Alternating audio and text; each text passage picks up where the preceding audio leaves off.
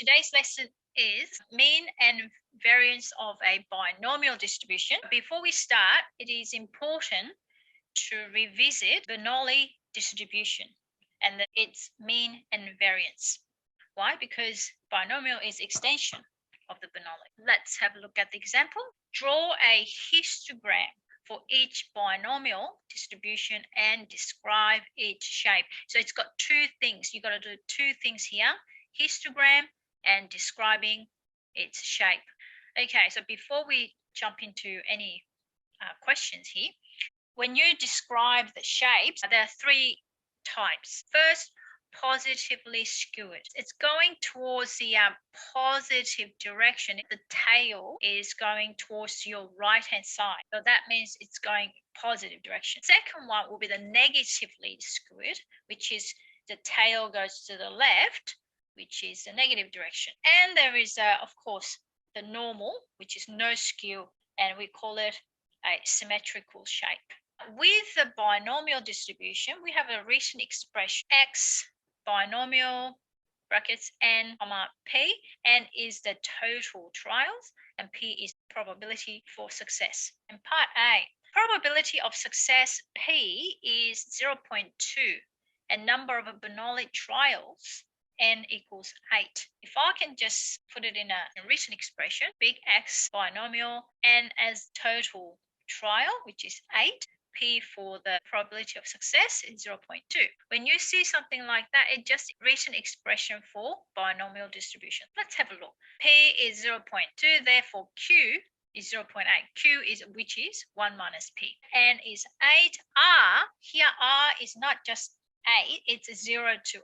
So I'm just going to use the formula for all those probability, 0 to all the way to 8. When you do that, you'll get all these lovely numbers here. And when you look at the numbers here, before you're constructing a histogram, it's getting smaller, isn't it? It's a decreasing. So you can see that it's going to be something like that. That means its tail is going towards positive direction. So it's going to be positively skewed. So the sentence you have to write is graph is positively skewed. Okay, next one, same thing. P equals 0.5 and n equals 8. So if I rewrite that in terms of binomial distribution, x binomial 8, 0.5. If I use the formula P equals NCR and P to the power of R, 1 minus P to the power of N minus R, as you can see, I just put in a color coding here. When R equals 0 and when R equals 8, they're same value. And of course, the 1 and 7 the same, 2 and 6 the same. So it's going to go something like this, bell curve. Okay, so that is what we call the graph has a symmetrical shape because there's no skew. Okay, so next one, P equals 0.7, N equals 8. If we put it all that into the calculator, all 9, think of them, including 0, you can see this is getting bigger, increase, meaning tail going to the left, which is the negative direction. So it's going to be negatively skewed.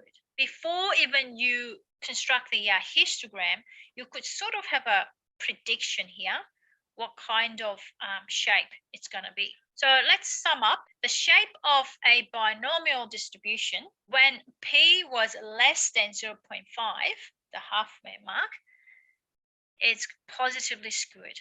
That when it was P equals 0.5, no skew, so normal, symmetrical.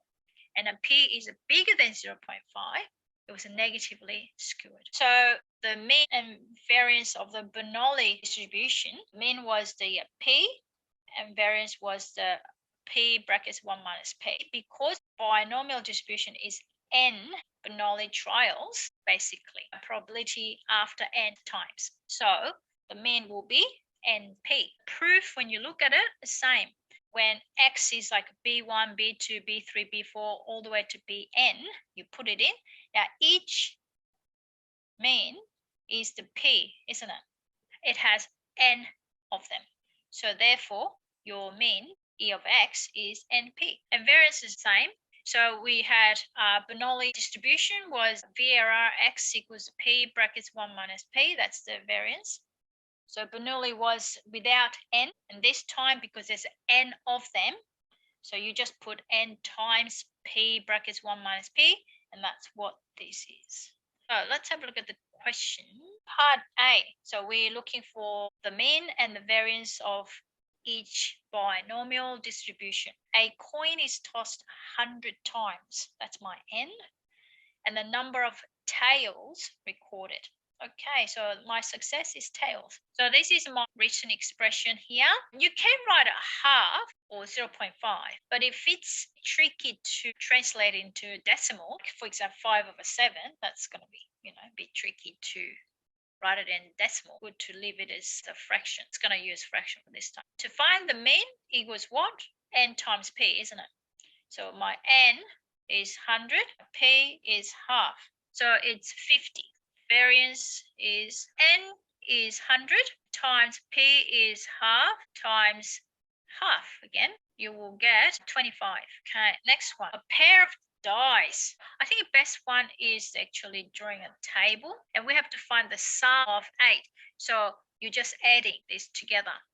1 plus 1 is 2, 1 plus 2 is 3. So it's good to draw a table. So n is 120, then probability of getting sum of 8 is there's a 5 of them. 1, 2, 3, 4, 5.